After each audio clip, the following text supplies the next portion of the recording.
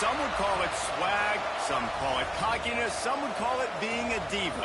But when you're good, it's not bragging. And elite wide receivers and the confidence they exude often permeates an entire team, and we're going to see a couple of examples of that in this one. Welcome, everyone, to the home of the USF Bulls, Tampa, Florida, and Raymond James Stadium. As we'll see a participant from last year's playoff, the Miami Hurricanes, taking on the winners of 4 straight, the South Florida Bulls. For EA Sports College Football, I'm Reese Davis, David Pollack, Jesse Palmer alongside. Guys, we can't wait to see this game. The Bulls will put total leather to crank us up.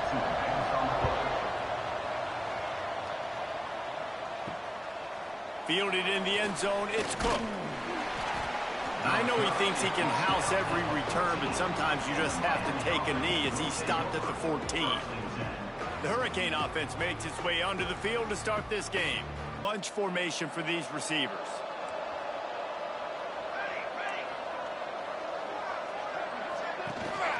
The inside handoff. They needed to find enough space and get it moving forward, and they're up to the 22. The Hurricanes can play this second down a lot of ways with just a few yards to go. To the ground with the back. There he goes. To the 43-yard line and a first down for this offense. No huddle here for the offense. Just moving those chains the way Frank Gore did back in the day. Frank Gore, Willis McGahee, Edgerrin James, so many elite. And the quarterback will take a sack back at the 36. Play-action pass success has a lot to do with selling that fake. You could tell defense was not buying it, got in the backfield, got the big play.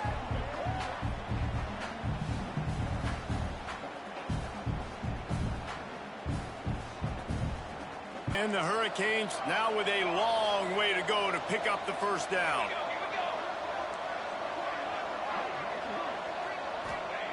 Back to pass on second down. Quickly out to the tight end. And the big fella couldn't elude the cornerback who makes a sure tackle. They say tight ends are a quarterback's best friend in the pass game because think about it. The tight end's the guy lined up closest to the quarterback, which means generally those are the easiest throws a quarterback has. You saw it on that play. Here's a heat. Makes the grab. He is not going to get there. Yeah, these are so fun because as a player you kind of get bored if you don't get challenged. But when you got an early season challenge like this, all the adrenaline, all the juice, Palmer, you're ready to rock and roll. I love this. We've had this game circled for a long time because we learn a lot in these types of games. What are these teams about? Which conferences are better? You're going to get a lot of answers today. So USF's offense will try to get something going with their first possession. Wants to go up top on first down. And the defense making a play, getting a hand on that pass. Great job on the back end in coverage. DB staying in the hip pocket of the target and was able to swat that ball away.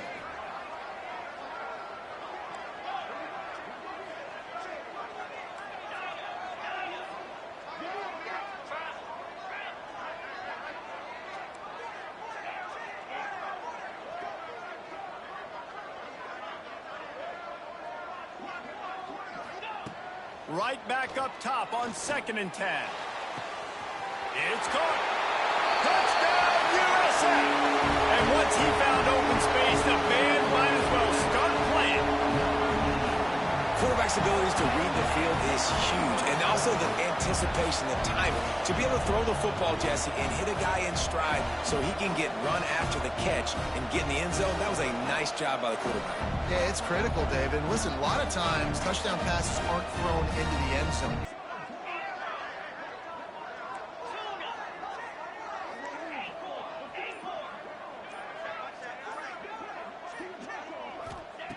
Looking to pass inside the red zone. Got rid of it in a hurry, but he couldn't find his man. It's incomplete.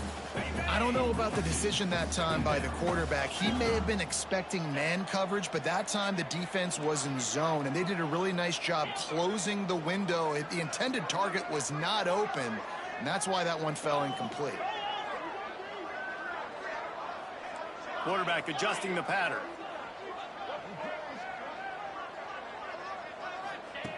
They'll throw again after the incompletion. Unloads to the right. Into the end zone. Touchdown, Bulls.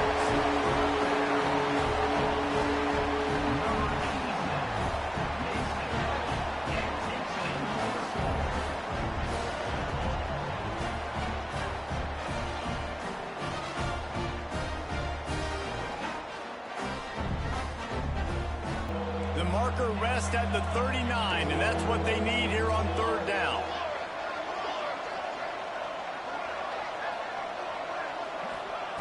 Wants to throw again. Throws to the wideout. It's picked off, and they ruin the drive with a turnover. Ball down at the 45-yard line, and that's the kind of ball hawking a defensive coordinator loves to see. And some defensive backs just have a way of finding the football, and he's starting to develop that. His third interception on the season, just has a good feel for playing that spot in the back end.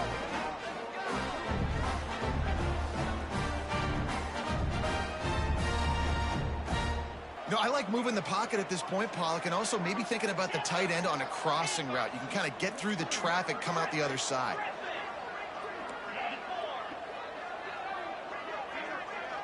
Wide receiver comes in motion.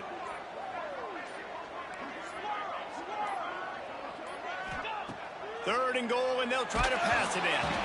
And he was hit just as he released it, and it falls to the turf. We've got to find ways to affect the quarterback. Nice job by the defense, getting the pressure, getting to him, getting a hit on him, and forcing the incompletion, and now forcing the fourth down.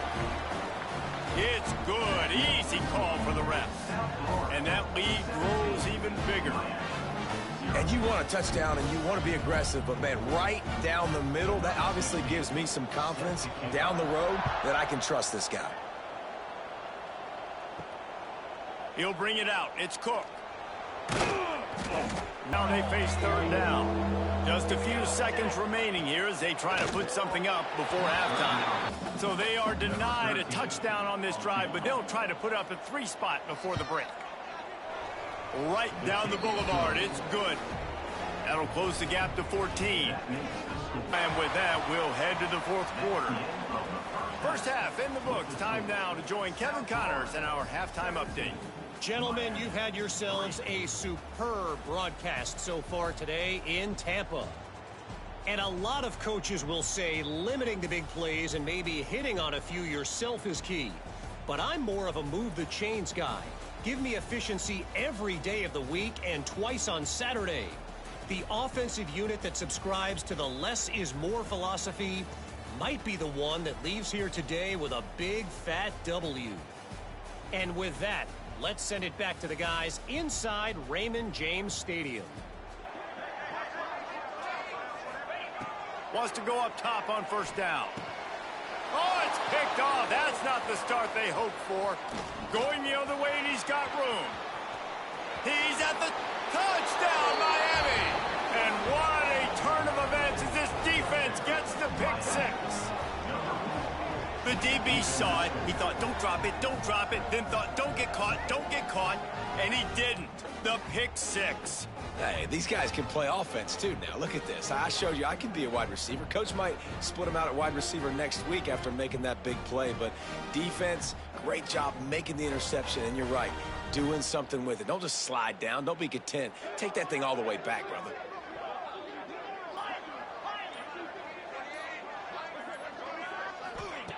They're going to go to the air on third and short. Got out of trouble and throws. He's got him. He's there to make the stop, but not before he sets up this offense. First and goal from the 7. We asked earlier this week, who's your favorite receiver? And, of course, he said the open one, but we know who he really wants to go to on third down. The best one. I mean, I think the open one, obviously the politically correct answer, but you want to find the guy that you got that great chemistry with. You know exactly where he's going to be. You got that bond and that trust.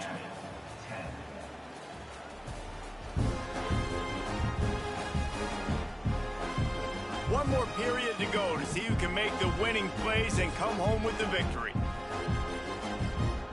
They'll try to open the quarter by cashing in on this big opportunity deep in the red zone.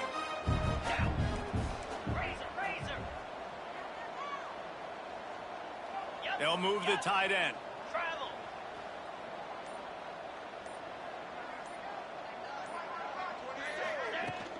Keeping it on the ground on 1st and goal. He works his way all the way down to the 3, and the defense is reeling. This drive has already drained more than 3 minutes off the clock, and now they've got it on 2nd down. Wants to go up top. Nowhere close on that one as he got drilled trying to deliver the football, and now they face 3rd down. Defense has to be frustrated. The offense keeps matriculating and matriculating and matriculating the ball down the field.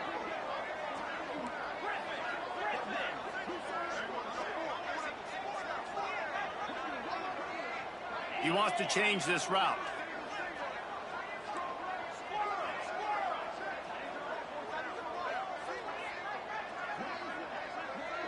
Motion from the wide receiver.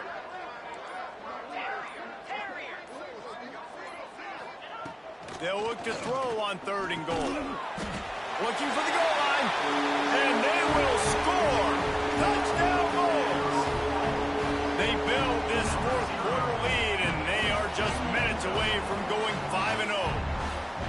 That touchdown grabbed the 25th of his career. Not surprising either. When you've got this guy's ability at that position, quarterbacks are going to be looking for you. 25 touchdown catches, that's an impressive figure. Yeah, he's definitely one of those guys that have been so big time. Big time moments, clutch plays, makes those contested catches. He's a guy that can do everything, and that's why he's putting up such great stats. Looking for a productive play on 1st down. Here's the snap, itching to fire downfield. He's got him in the flat. He's brought down, but he went backwards after that completion, not the way they had it drawn up. I think if you're the head coach at this point, you're telling your offense, it doesn't matter what's happened up to this point of the game. Obviously, things haven't gone our way, but we have a chance to execute in a 2-minute situation and give ourselves a chance to win. Let's go do it one play at a time. Under fire. They get enough rush, and it pays off. The sack at the 20. Now a lot of work to do to move the chains, keep this drive alive after that earlier sack. Flips it out to the back. Nowhere to go and not much to show for that one. Down in the 4th quarter, it's too late for empty possessions. They'll go for it on 4th down. He'll try to throw and pick up the 1st down. Makes a catch, converts on 4th down, is still on his feet. Touchdown, Canes! And once he got away from the D, they had no shot at catching him. And I'm pretty sure the card usually tells you to punt in this situation, backed up on your own end. But forget that. We're going to be aggressive. And how about the deep shot down the field on 4th down? You make the play and get the huge explosive touchdown for this offense. Risk it for the biscuit, baby. From the red zone, looking for a man. He makes a grab. Down to the 3-yard line, and that's where they'll have it 1st and goal. And a chance, perhaps, to salt this game away if this offense can pay this off with a late touchdown.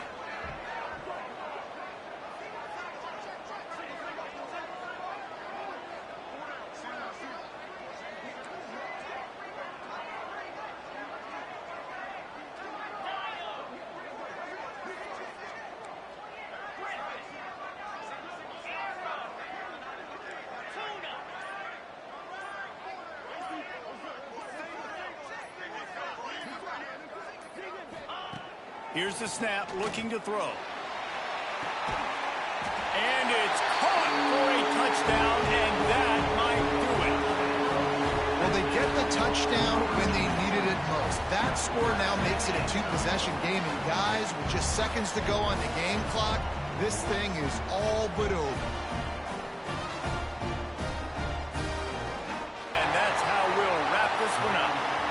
We've got Guys, I think we all expected this game to be close. A couple of teams of this caliber, but boy, what a statement by the underdog in this one. And there's going to be a big movement in the rankings after that performance. That team that got the win today, they are going to get moved ahead of their opponent. It's one thing to beat a ranked opponent, David. It's one thing to blow the doors off of them. That was impressive. It's impressive. It's huge for them. Obviously, we know what's going to happen when they're going to move up the charts, but the other side is equally as depressing. I mean, they're going to fall like a rock. This wasn't even a competitive game. This is a bad day, and the rankings will reflect it when they come out. That will put the wrap on things from here. For David Pollack and Jesse Palmer, I'm Reese Davis. You've been watching another presentation of EA Sports College Football. Top 25 matchup, conference matchup, Florida matchup, Florida Coast matchup. Y'all see me through the interception. Y'all saw me throw the interception at the end of the game being stupid. Just ran the ball one time. Game wasn't over. All right, man. Only 66 rushing yards. They kept the running game in check. Kept their running game to only 28 rushing yards. Their QB was 20 and 32 for 216 yards. He had one touchdown and one deep pass that sucked. Our QB was 23 to 33, 4 passing touchdowns, 320 passing yards. We were getting off in the beginning. Momentum died off in the second half. Third down conversions, 5 for 7. They were 4 for 11. And we had 2 turnovers each. We threw 2 interceptions. They returned 1 for a touchdown. If it wasn't for that return for a touchdown, then I'm still battling the cold, y'all. I don't know which order the videos are really going to drop, but if you heard me say on the Mizzou game, I'm dealing with a cold. I'm playing these games. I play these games back to back. Same week the game played them back to back. On the same day. So try to get over this cold this morning. So yeah, I didn't even feel like chasing them down. That's how. I didn't click on nothing. I was just like, man, whatever, dude. This cold is getting me right. So, yeah, if it wasn't for that and that big pass play, score would have been a whole lot worse. Let's go look at the player stats. You see the QB, the senior. Not his best game. The senior running back, not his best game. Ingo, the converted tackle to a tight end. 7 catches, 96 yards with a touchdown. Van. He had 6 catches, 83 yards, 2 touchdowns. Tubbs, 5 catches for 56 yards. Wayne with 5 catches for 85 yards and a touchdown. No sacks given up. Wild with 6 pancakes. I don't remember how to say that. I've heard it said before, but I don't remember. So Chip with 4 pancakes, Ingo with 4, because tackle playing tight end.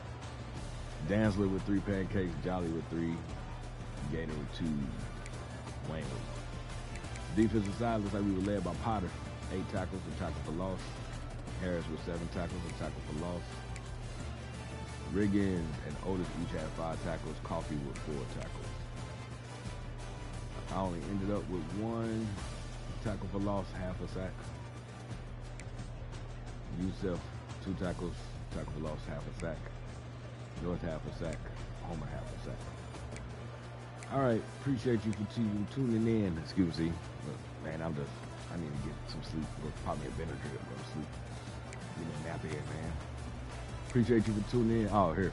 Group A with an interception. Shaughnessy with an interception. What did Key say? Go to principal. Oh, I don't know. And look, I'm going to take a Benadryl, go to sleep. All right, he had an interception. Shout out to them too. All right, appreciate you for tuning in. Stay smart, stay safe. More action to come. Remix.